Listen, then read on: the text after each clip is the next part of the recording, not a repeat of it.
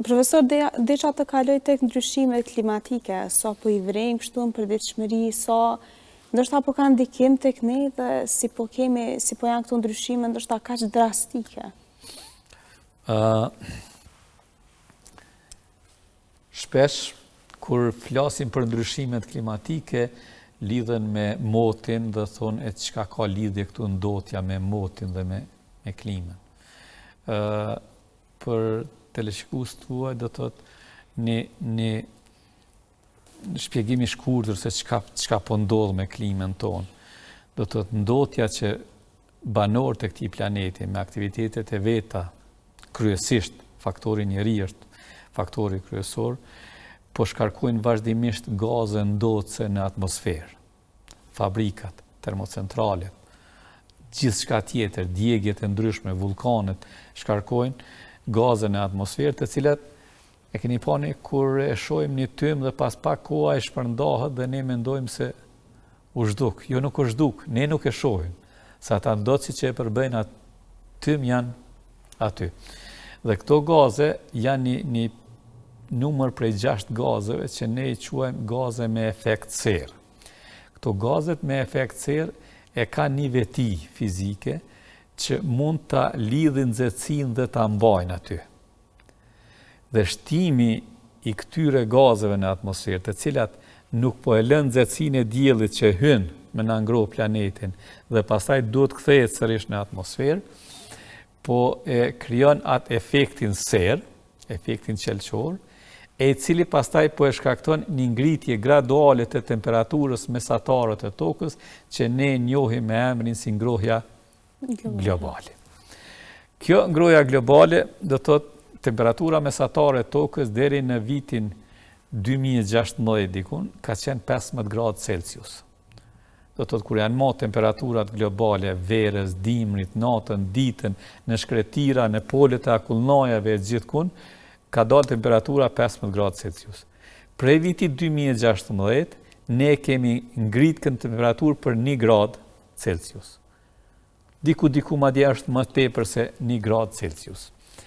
Mirë po kjo gradë, llogariteni ju tash sa është dasht me shtu gaze me efekt serë, mu rrit kjo temperaturë.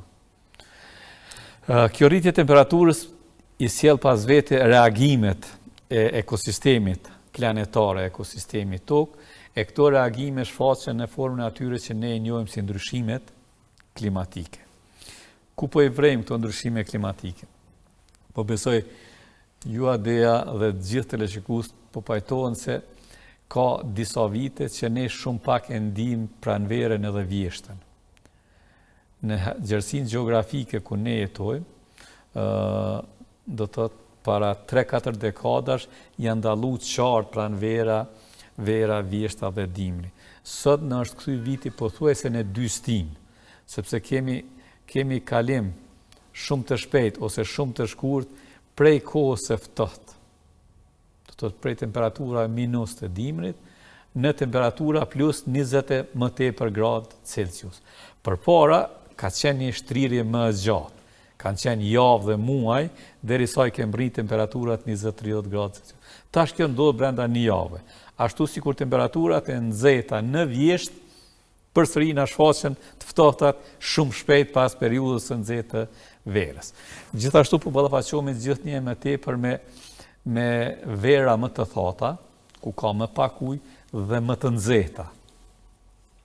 Kemi bërë një studim me UNICEF-in lidhur me indikimet në shëndetin e fëmijëve të këtyre ndryshimeve klimatike dhe kemi trajtu se si këto po reflektohet në shkolla. Gjithashtu edhe dimrat i kemi gjithnjë më të ftohtë dhe gjithnjë më pak borë. A ki përjetu borë si vjet Adea? Për vitri nuk haro. Jo për vitri, po kemi pas tek një borë para vitit 3 shumë. Po flasë për vitet më të ullë. Ndoshta adon kërë mbaj mend, kërë kanë qenë më vogël, kemi pas borë, kështu, u kom pak ma magjike, ashtu dyre. Tash nuk e ke, tash se cilën herë ki e më pak.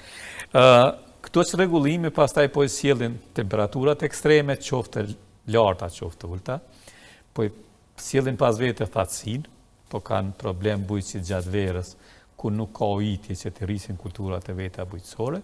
duke shkaktuar dhe dëme ekonomike, po sjellin vërshime, sepse është rregulluar cikli i rreshjeve.